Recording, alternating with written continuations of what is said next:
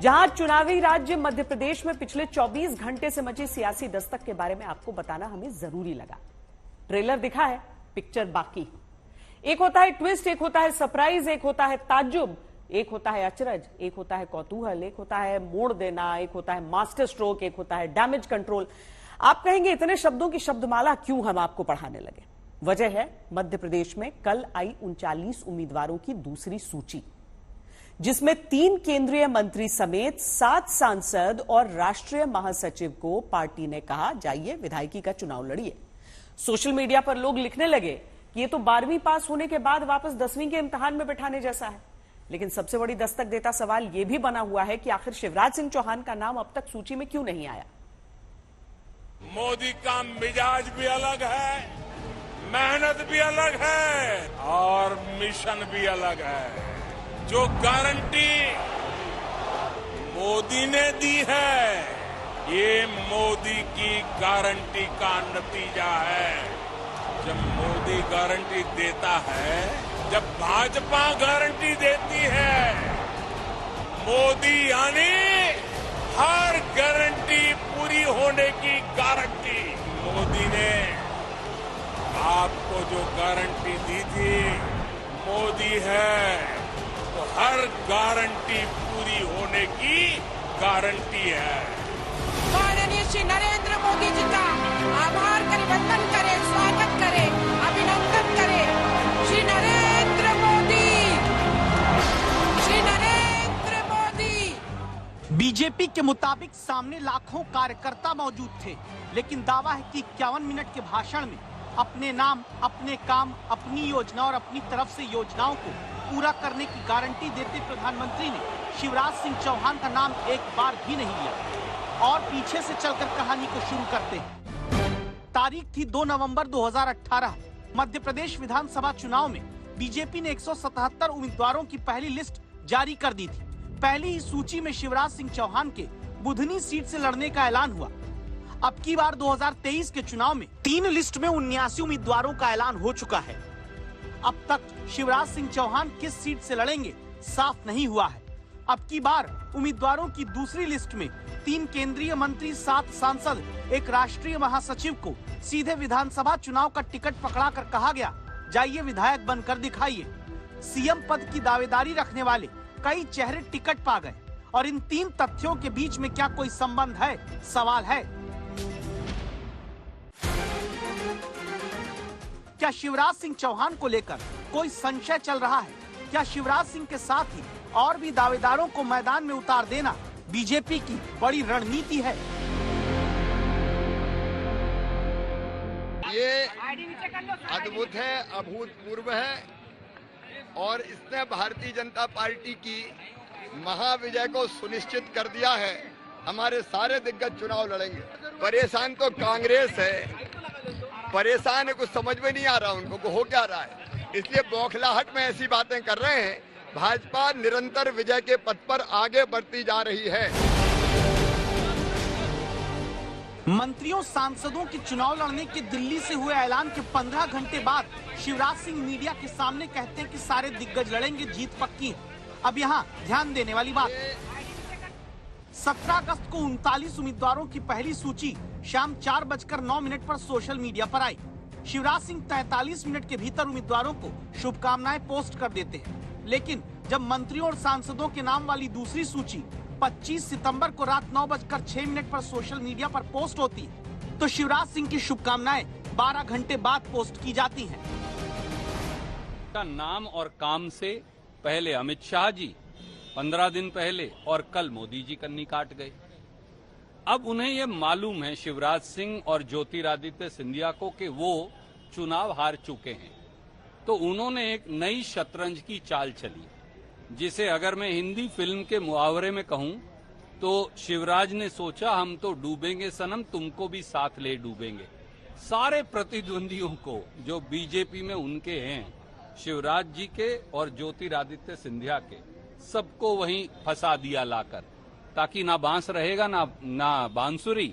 Narrative इस देश की जनता अपने दिलों में अंकित करके बनाती है और मुझे पूरा विश्वास है कि मध्य प्रदेश की 9 करोड़ जनता के दिलों में ये मन में मोदी जी हैं, जैसे मोदी जी के मन में मध्य प्रदेश। अब कौन घबराया है, कौन नहीं घबराया है, ये पूरा जनता तय करेगी 60 दिन के अंदर। और जो कांग्रेस पार्टी की आदत बन गई है सपनों देखने की, कमलनाथ ने जब नाम बड़े और दर्शन छोटे की बात कही, बीजेपी ने गैंग्स ऑफ वासेपुर के फिल्मी स्टाइल में पूछा, इतना घबरा क्यों रहे? कांग्रेस को लगता है बड़े चेहरे उतारती बीजेपी घबरा रही है और बीजेपी सीधे देश के कैबिनेट मंत्री, कृषि विभाग देश का संभालने वाले, मध्य प्रदेश में चुनाव अभियान समिति के अध्यक्ष, चुनाव लड़ाने प्रचार अभियान का जिम्मा संभालते आ रहे नरेंद्र सिंह तोमर को विधानसभा चुनाव में उतार देती है। को लगता है कि मुझे विधानसभा का चुनाव लड़ना चाहिए, तो पार्टी का आदेश सिरोधार्य है। हम लोग तो कार्यकर्ता हैं, पार्टी जो आदेश देती है उस काम को करते हैं। पार्टी आदेश देगी तो क्या तोमर जीतकर आगे मुख्यमंत्री भी बनेंगे? जैसे कैलाश विजयवर्गीय को उतारने का ऐलान हुआ तो कार्यकर्ता नारे लगाने लगे, हमारा सीएम कैसा हो, हमारा सीएम कैसा हो। अब जिन बड़े चेहरों पर अब तक दांव बीजेपी ने लगाया उनका जाति समीकरण देखिए। नरेंद्र सिंह तोमर, राकेश सिंह और उदय प्रताप सिंह राजपूत, प्रहलाद पटेल लोधी, गणेश सिंह कुर्मी, फग्गन सिंह कुलस्ते आदिवासी, रीति पाठक ब्राह्मण और कैलाश विजयवर्गीय वैश्य। सीएम फेस का ऐलान नहीं और सीएम पद के कई दावेदारों को टिकट देने के बाद सवाल फिर लौट कर आया, क्या शिवराज सिंह की सीट की घोषणा आगे होगी या इस पर भी कोई सवाल है? एमपी विधानसभा चुनाव के लिए भाजपा की अब तक कुल 3 सूचियां आ चुकी है और इनमें 79 उम्मीदवारों के नाम का ऐलान हो चुका है। पहली सूची में 39 उम्मीदवारों के नाम आए। ये सभी वो सीटें थी जो भाजपा हार चुकी है। इसके बाद दूसरी और तीसरी सूची में कुल 40 नाम सामने आए, जिनमें से 37 सीटें ऐसी हैं जहां साल 2018 में भाजपा चुनाव हार गई थी। यानी अब तक भाजपा का फोकस हारी हुई सीटों पर है। इसके बाद जीती हुई सीटों के जब नाम घोषित होना शुरू होंगे तब मुख्यमंत्री शिवराज सिंह चौहान समेत कई दूसरे बड़े मंत्रियों के नाम सामने आ सकते हैं। कैमरामैन अमरीश के साथ रवीश पाल सिंह, भोपाल, आज तक। 2018 में बीजेपी हारी तो 2019 में मोदी के नाम पर वापस 29 में से 28 लोकसभा सीट मध्य प्रदेश की बीजेपी जीती। अब 2023 में प्रधानमंत्री अपने नाम अपने काम की गारंटी शिवराज सिंह चौहान के राज में देते हैं। अब खिलाड़ियों पर फोकस बीजेपी ने केंद्रित कर दिया। मंत्री सांसद थोक के भाव उतारे जाने लगे तो पूछा गया, क्या सिंधिया भी टिकट देकर उतारे जाएंगे? अगर हां तो फिर इतने मंत्रियों को विधायकी लड़ाने के पीछे की सियासी पिक्चर क्या है?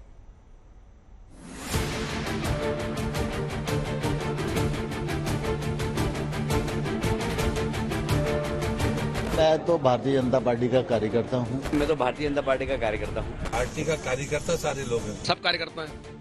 कार्यकर्ता से जो सांसद बने, सांसद से जो केंद्र में मंत्री तक बने, वही जब फिर खुद को कार्यकर्ता बताकर विधायकी के चुनाव में उतारे गए तो इसमें भले विपक्ष घबराहट देखे, लेकिन बीजेपी की रणनीति भी समझनी जरूरी है।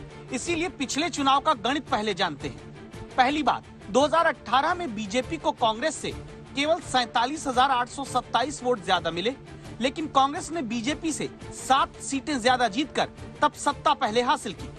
दूसरी बात, 7 सीट पर अगर बीजेपी 4,337 वोट ज्यादा पा जाती तो कमलनाथ नहीं शिवराज सिंह चौहान ही सीधे मुख्यमंत्री बन जाते।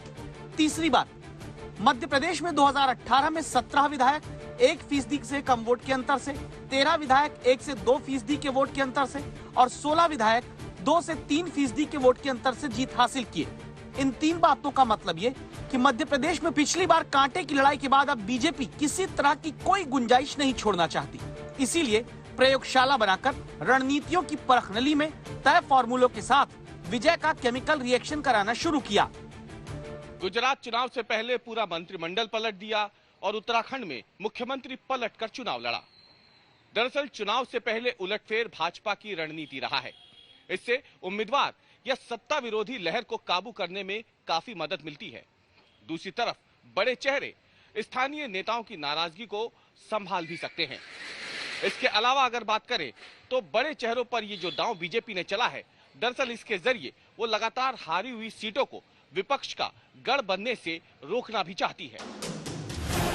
आप सोचिए, केंद्रीय कैबिनेट मंत्री नरेंद्र सिंह तोमर को टिकट देकर क्यों उतारा गया, जिनको टिकट मिलते ही कांग्रेस सवाल उठाती है। किसानों का महकमा सबसे बड़ा और सबसे जरूरी है या नहीं? तो 6 महीने तक अब ना नया कृषि मंत्री आया, पुराने कृषि मंत्री को आपने एक विधानसभा में भेज दिया। तो मध्य प्रदेश और देश का किसान क्या करे? आपने ग्रामीण विकास मंत्री को देश के, आपने देश के जल मंत्री को, इन सब को उठाकर विधानसभा लड़ने भेज दिया। तो अब 6 महीने तक ताला लगा रहेगा। कार्यकर्ता चाहे कैबिनेट मंत्री होंगे या प्रदेश के अध्यक्ष होंगे या मंत्री होंगे या सांसद होंगे, सब कार्यकर्ता हैं।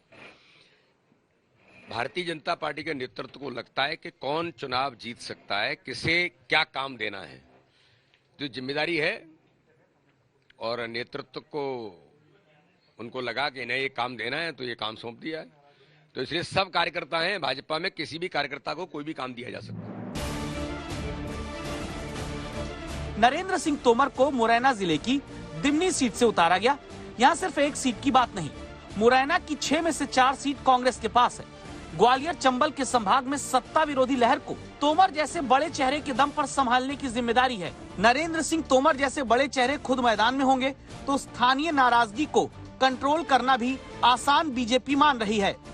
सबसे पहले यही बात थी कि चुनाव जीतने वाले कार्यकर्ताओं को हमारा नेतृत्व अवसर देगा। मैं तो अपने नेतृत्व को इस बात के लिए धन्यवाद करता हूं कि हमारा वरिष्ठ ऐसे कार्यकर्ता जो मध्य प्रदेश के अंदर जिन्होंने सालों तक, वर्षों तक संगठन के काम को आगे बढ़ाया है, ऐसे कार्यकर्ताओं को भी अवसर मिला है जो वरिष्ठ सीनियर हमारे कार्यकर्ता भी हैं, नए लोग भी हैं, अनुभव भी है, नई ऊर्जा भी है। तो ये अलग प्रकार की हमारी ऐसी टीम इस चुनाव में भी उतर रही है जो इस चुनाव में जीत का इतिहास बने। इसी तरह बाकी उम्मीदवारों का भी अपना एक गणित है। प्रहलाद पटेल बड़े ओबीसी नेता हैं, खुद मैदान में उतर रहे हैं तो ओबीसी वोटर को साधने में मददगार होंगे। जिस नरसिंहपुर सीट से टिकट मिला वहां इन्हीं के भाई की स्थिति कमजोर आंकी गई। फगत सिंह कुलस्ते को मंडला के निवास से उतारना आदिवासियों को साधने की रणनीति है। पिछली बार बीजेपी को 2013 के मुकाबले 25 आदिवासी सीट का नुकसान हुआ था। सीधी से रीति पाठक ब्राह्मण वोट को साधेंगी। विंध्य इलाके की 30 में से 23 सीट पर ब्राह्मणों की आबादी 30% तक है। कमजोर सीट पर मजबूत उम्मीदवार, ये मंत्र जमीन पर है और चेहरा नरेंद्र मोदी का। ये कार्यकर्ता का महाकुंभ, महासंकल्प बहुत कुछ कहता है। मध्य प्रदेश के मन में क्या है ये दिखाता है।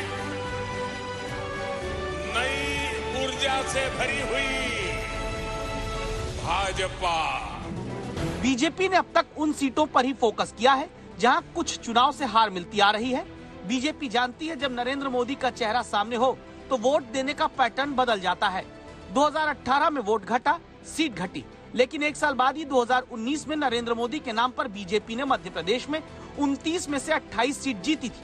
यही वजह है नरेंद्र मोदी का सिंगल इंजन अब लगाकर मजबूत खिलाड़ी उतारकर कहानी बीजेपी बदल देना चाहती है।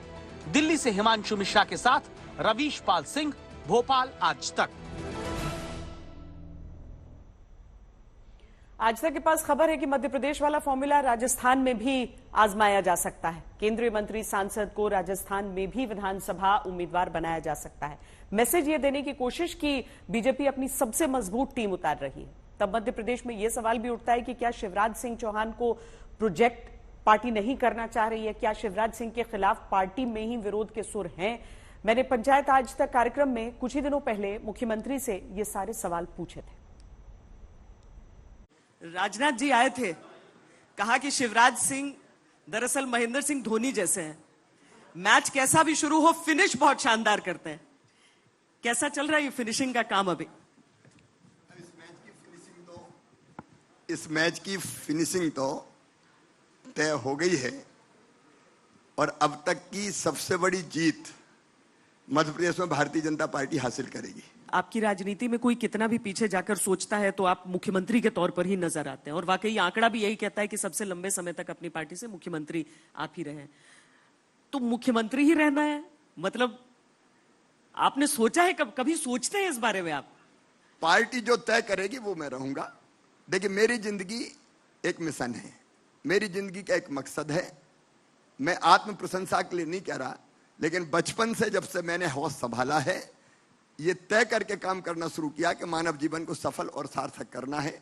अपने लिए तो सब जीते हैं, अपने लिए जिए तो क्या जिए, लोगों के लिए काम करें, प्रदेश के लिए काम करें। वो मेरी जिंदगी का मिशन है, और वो मिशन पूरा करने के लिए जब तक मेरी सांस है मैं जनता की सेवा करूंगा। किस रूप में करूंगा ये मेरी पार्टी तय करेगी। पार्टी में सब ठीक है शिवराज जी? पार्टी में सब ठीक है, भारतीय जनता पार्टी है, हम लोग साथ मिलकर काम करते हैं, एक साथ मिलकर काम कर रहे हैं, और आनंद के वातावरण में सब मिलकर काम कर रहे हैं। अद्भुत पार्टी है भारतीय जनता पार्टी। यहाँ स्नेह है, प्रेम है, भाईचारा है, आत्मीयता है, और मिलकर सब काम करते हैं। मैंने पिछली बार जब आपसे बात की थी उस समय तक कांग्रेस 3 गुट के आरोप लगाती थी, और मैंने आपसे पूछा था वो, अब उसमें वो चौथे गुट को जोड़कर कहते हैं कि टिकट बंटवारे में और ज्यादा समस्या आ रही है, कि शिवराज गुट, महाराज गुट, नाराज गुट, और अब शाह गुट भी कह रहे हैं वो। कांग्रेस में तो जितने नेता उतने गुट है जितने नेता उतने गुट है। हम तो सब इकट्ठे हैं, एक साथ बैठे और एक साथ काम कर रहे हैं। एंटी इनकम्बेंसी नहीं है आपके अनुसार? कोई एंटी इनकम्बेंसी नहीं है। जनता की आंखों में प्यार है, और वो प्यार पढ़ के मैं आनंद और प्रसन्नता से भरा हुआ हूं। जन आशीर्वाद यात्रा जो है, मतलब अगर एंटी इनकम्बेंसी नहीं है, कोई समस्या नहीं है, तो इतना हम देख रहे हैं कि बीजेपी का हर नेता बिल्कुल हर जगह पर तैनात कर दिया गया है, इतने ज्यादा प्रयास क्यों करने पड़ रहे हैं? यही तो भारतीय जनता पार्टी की विशेषता है। हम हर चीज को, विशेषकर चुनाव को भी एक मिशन के मोड में लेते हैं, और इसलिए हर नेता अपने अपने काम में लग जाता है। सब डटे हुए हैं, जुटे हुए हैं, सबने कमर कसी हुई है, सब तैयार हैं, मैदान में हैं सब। इसकी चर्चा सब कोई करते हैं, आपके विरोधी खास करके इस सवाल का जवाब आपसे बार बार मांगते हैं, वो ये कि क्या बीजेपी शिवराज सिंह चौहान को प्रोजेक्ट नहीं करना चाह रही है सीएम फेस? देखिए, हमको कौन सी बात चुने, हम भारतीय जनता पार्टी के समर्पित कार्यकर्ता है, और भारतीय जनता पार्टी जो तय करती है वो हमारे लिए वही मिशन होता है। आज तक बचपन से लेके जब से भारतीय जनता पार्टी में काम कर रहे हैं, जो काम भारतीय जनता पार्टी ने दिया उसको पूरी प्रामाणिकता के साथ किया। आगे भी जो पार्टी कहेगी शिवराज वही करेगा। आपको चुभती नहीं है ये बात? नो, चुभने का क्या सवाल है।